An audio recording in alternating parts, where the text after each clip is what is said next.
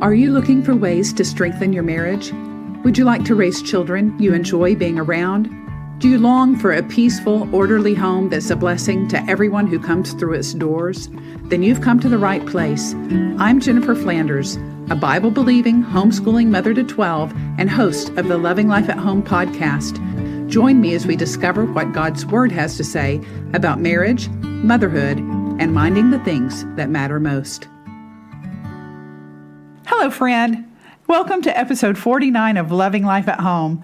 Today is June 17th, which is the day after Father's Day, but it also happens to be the day after my daughter Rachel's 23rd birthday. Rachel is what some people call a rainbow baby, meaning she was born right after I had suffered a miscarriage.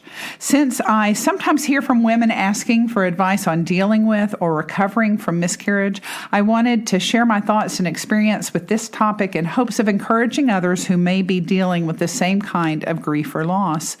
Please be aware, though, that I am not a physician and my comments here are not meant to constitute medical advice. Your situation may be vastly different than mine and require a different approach to treatment and recovery.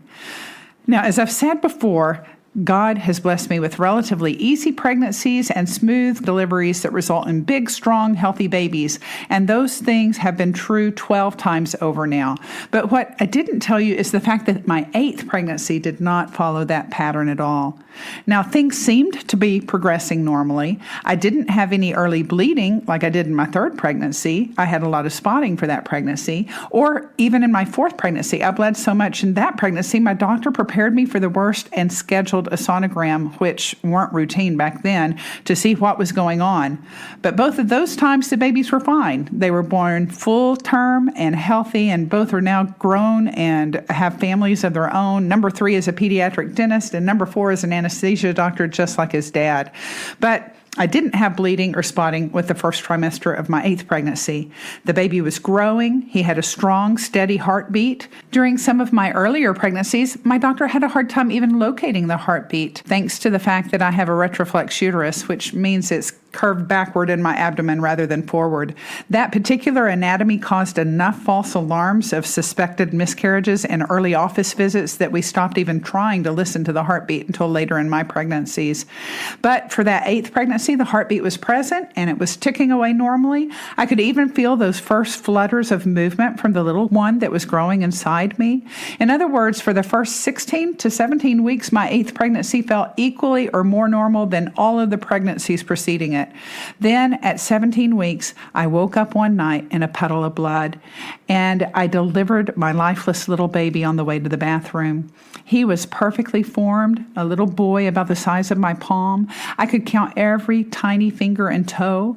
When I called to my sleeping husband for help, he saw how much blood I was losing and how fast, and he rushed me to the hospital. We were less than 5 minutes away from the hospital, but I was white as a ghost by the time we got there and fading fast.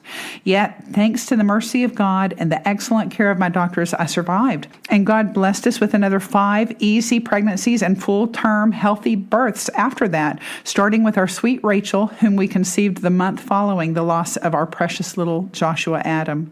I had a wonderful OB who attended me at the hospital that night that we lost Joshua, and he spoke with me and my husband at length about my miscarriage. I will be eternally grateful for the advice that he gave us during that difficult time. And here is a list of my major takeaways from that conversation with him and from my later reflections on the topic. I hope they'll be of some value to you as well if you ever face a similar loss or know somebody that does.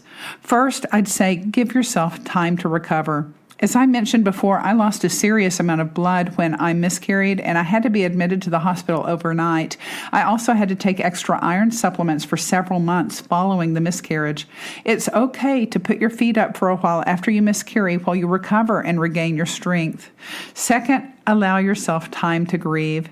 I was so blessed to have an empathetic doctor. He recognized the loss and didn't assume that it was any less profound just because we already had 7 other children at home, though I must admit those children were a healing balm to my soul. As painful as it was to lose a baby and come to grips with the fact that I would never hold him in my arms, never nurse him or see him take his first steps, never hug him or read to him, never see him graduate or get married. My heart hurts even more for women who miscarry their first baby and are forced to come home to an empty nursery. At least I had other little ones to hug and cuddle and enjoy. They will never take the place of the baby that I lost, but they certainly help distract me and give me lots of good reasons for moving beyond my grief and engaging in life again, and I really am thankful for that. If you've lost your first baby or your first several babies, I am so very sorry.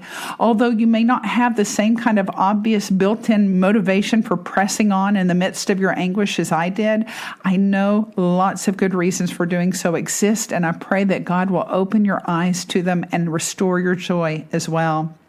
The third thing that we took away from that conversation with our doctor that night in the hospital was not to be afraid to try again.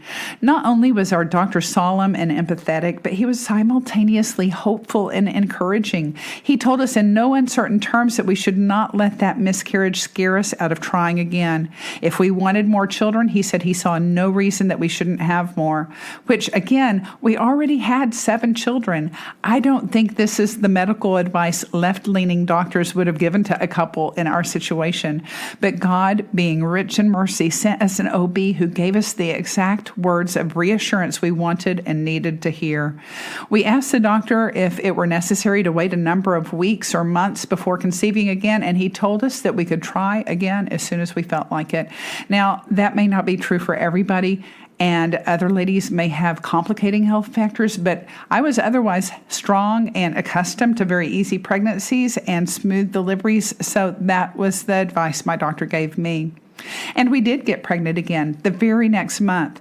Psalms 35 tells us weeping may last through the night, but a shout of joy comes in the morning. And that was certainly the case for us. We grieved the death of our baby boy. It made us so sad to lose him, and the entire family felt the loss. But God didn't leave us in our grief. He walked through it with us. And joy did return. If not the very next morning, it was definitely there 10 months later when we held that new baby girl in our arms, a baby girl we named Rachel Joy, who has been spreading smiles and sunshines almost continuously from the moment we learned she was on the way. My fourth takeaway from the doctor's words to us that night so long ago: recognize the risk of future miscarriages. Although the doctor gave us a green light for trying again, he did warn my husband that as I aged, the miscarriages might become more frequent. And sure enough, I did end up having one more miscarriage after our 12th child was born. I lost that baby when I was only about 6 weeks along. I was 45 at the time, but I would have been 46 by the time I delivered. And if it weren't for early detection pregnancy tests, I might have just assumed my period was a couple of weeks late. To my knowledge, I have had no other miscarriages since. I've also had no other babies after that last miscarriage, although we certainly would have been delighted for God to send us more, and we did nothing to prevent pregnancy throughout a full decade of fertile years that followed. By the way, the 5 pregnancies in between my 2 miscarriages were all full term and produced beautiful, healthy children that we could not imagine living without. Interestingly, my last 2 pregnancies at age 42 and 44 were my easiest, most energetic pregnancies and the quickest, smoothest labors and delivery to date. I hope that testimony will serve to encourage you and give you hope. Now, the last 2 things I want to discuss today are not something my doctor talked to me about, but they're topics I've pondered myself and discussed with friends. One is, when you're grieving, how should you respond to people who make insensitive comments? And another is, what should you say to someone who has lost a child? Whether they miscarry or have a stillbirth or suffer the loss of an older child through illness or injury or some other means. For me, the right response to insensitive comments has always been to assume they are well-intentioned and reply as graciously as possible. I remember reading about a woman who had lost a child. I don't remember how old he was when he died. It wasn't a miscarriage. He had been born healthy and lived for some time. Maybe he died of SIDS. Maybe he drowned. Maybe he was in a car accident. I really don't remember any of those details. But what I do remember was the fact that somebody tried to express sympathy to this grieving mother by telling her, "I know just how you feel because I lost my little dog recently." Now, I think most mothers would agree that this is wildly inappropriate to equate the loss of a child to the loss of a pet, no matter how loved the pet was. But what impressed and humbled me was this particular mother's response to that comment. She realized the person was, one, trying, however poorly, to sympathize with her, and two, was obviously still shaken up over the death of her dog, however long it had been since his passing. So do you know what she did? With complete sincerity, she said to the woman who had lost the pet, "Oh, I'm so sorry about your loss. What was your dog's name?" And instead of being offended by what many would have considered an insensitive comment, she listened sympathetically as this person poured out her own grief about her furry little friend.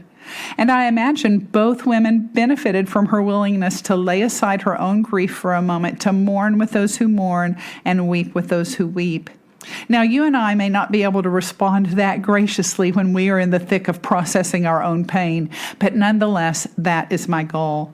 When I came home from the hospital after losing Joshua, my children consoled me with tearful hugs and kisses and homemade cards and bouquets and the heartfelt pronouncement from my 8-year-old that, "At least you still look pregnant, Mommy." Now, that's not exactly what most women want to hear, that they look pregnant when they aren't, but what my little boy said was entirely meant to cheer me up, and strangely enough, it did. Other comments I heard after my miscarriage: "Well, at least you still have 7 other children." True, although that doesn't mean I don't miss the one who's gone. Or, "Maybe God has a reason for taking him home early." Doubtlessly so, but that doesn't make it hurt any less and isn't a particularly comforting thing to say. Or, "You can try again." And that's right, but it won't bring back the one we lost. So in responding to the comments that others make to you when you're the one grieving, I would encourage you to assume the best. Take what they say in the spirit that it was intended, and realize that a lot of people haven't the foggiest clue what to say to someone who is broken in spirit, no matter what the cause of the grief. At least the people who say insensitive things are saying something. When faced with hard situations like that, some friends don't say anything at all, and their silence can hurt too. In fact, sometimes the silence can be deafening. It can feel like your friends don't care or like they've abandoned you to suffer alone. But it may be that they're just so afraid of saying the wrong thing that they opt to say nothing at all. And you need to extend grace in that situation as well. Again, assume the best. Be grateful for friends who sit with you in your grief, and forgive the friends who don't come around. Of course, I've heard from some women who have had to deal with comments that definitely would have been better left unsaid. Comments that intimated that their miscarriage was a punishment from God for some hidden sin or food choice or other random decision that led to the demise of that unborn baby. All you have to do is read the book of Job to see the faultiness in that kind of reasoning. Besides, I've found that a lot of mothers feel guilty after their miscarriage, whether anybody else suggests that they should or not.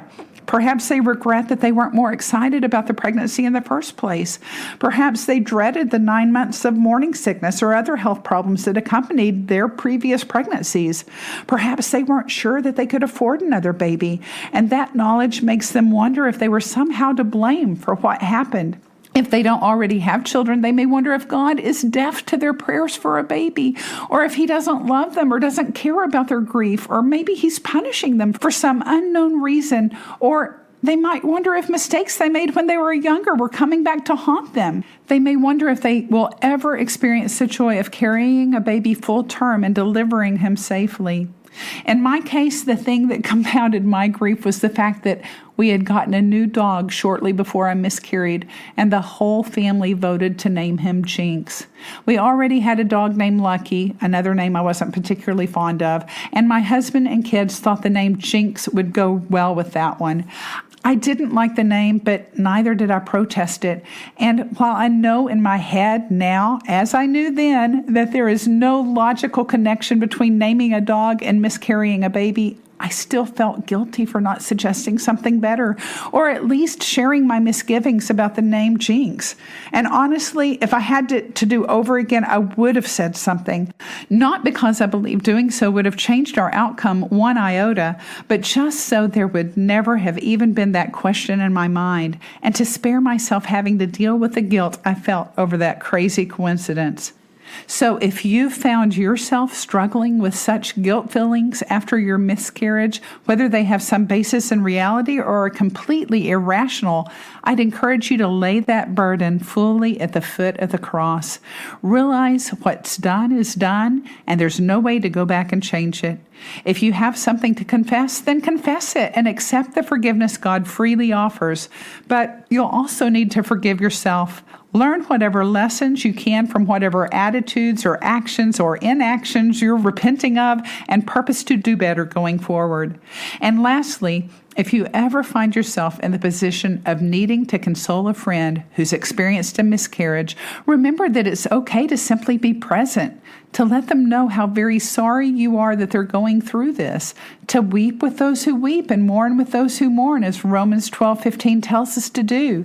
Chances are your friend isn't expecting you to offer some amazing words of wisdom. She just wants to know that she isn't alone in her grief. And while it's true that God saw her child's unformed substance and knit his body together in his mother's womb and numbered the days that were ordained for him before any of them came to be, as we read in Psalms 139, your friend probably doesn't want or need to hear those things when she is in the deepest agony of grief. She may just want you to acknowledge that she's hurting, to know that you feel her pain. So communicate that in whatever way you can. Pray for her, hug her, give her a shoulder to cry on, bring her a meal or a bouquet of flowers, or send a card letting her know that she is in your thoughts and prayers.